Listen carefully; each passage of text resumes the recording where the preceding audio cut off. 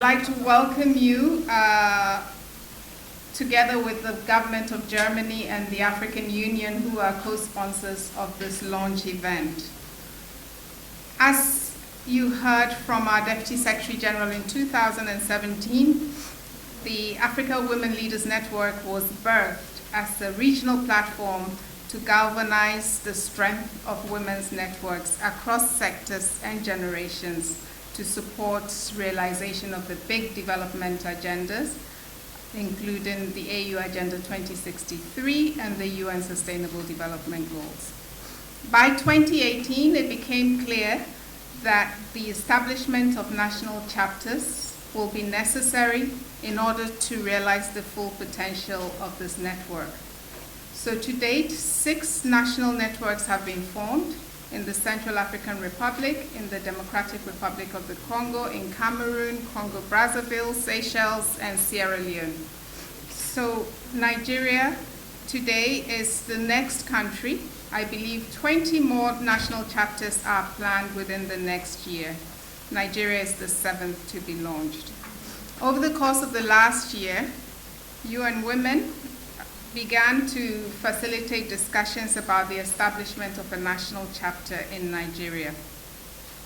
We consulted with women who were present at the launch, at the global launch in New York and the African Union in Addis, and we also consulted extensively with the Embassy of Germany.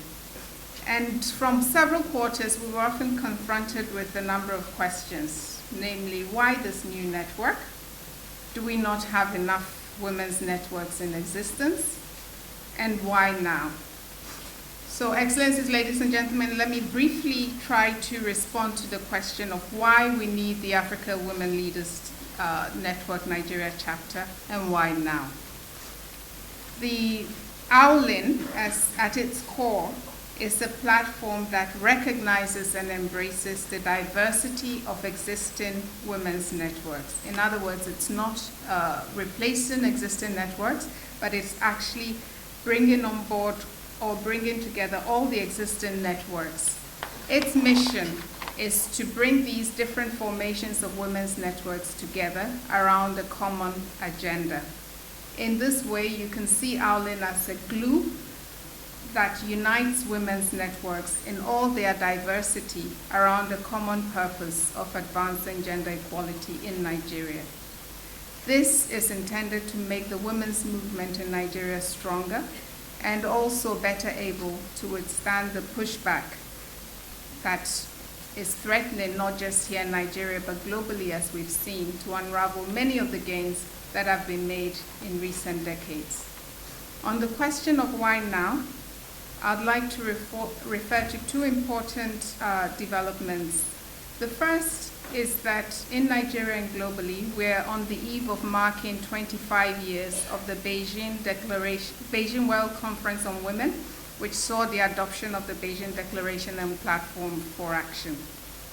So this particular moment is an important one for us to reflect and galvanize around redefining the strategies for accelerating progress towards gender equality and women's empowerment.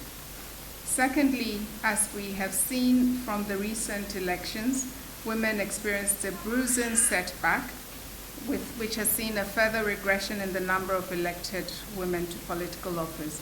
Again, this calls for us to re-strategize to overcome the seemingly insurmountable barriers confronting women's leadership aspirations.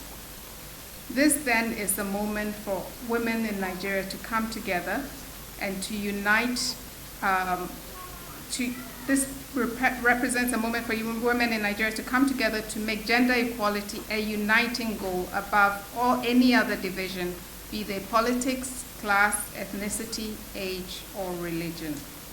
By so doing, this generation of women leaders can bequeath to your daughters and granddaughters a Nigeria which will allow them to attain their full potential, and where violence against women will not be normalized, and where peace and security will prevail across different geopolitical zones of the country.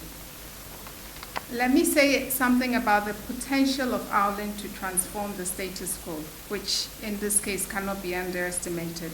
And I want to refer to a couple of examples There are ample examples on this, where we have seen globally and in Africa instances where the strength of women's organizing has served as game changers.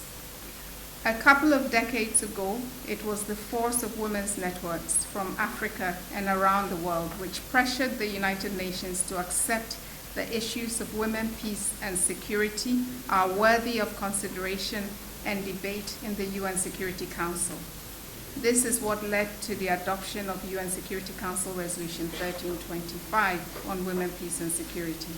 Similarly, here on the continent, we saw that the force of women's organizing and women lawyers through the Women in Law and Development Africa WILDA, which has national chapters in over 27 countries, successfully lobbying and supporting the adoption of the Maputo Protocol as a supplement to the African Charter on Human and People's Rights.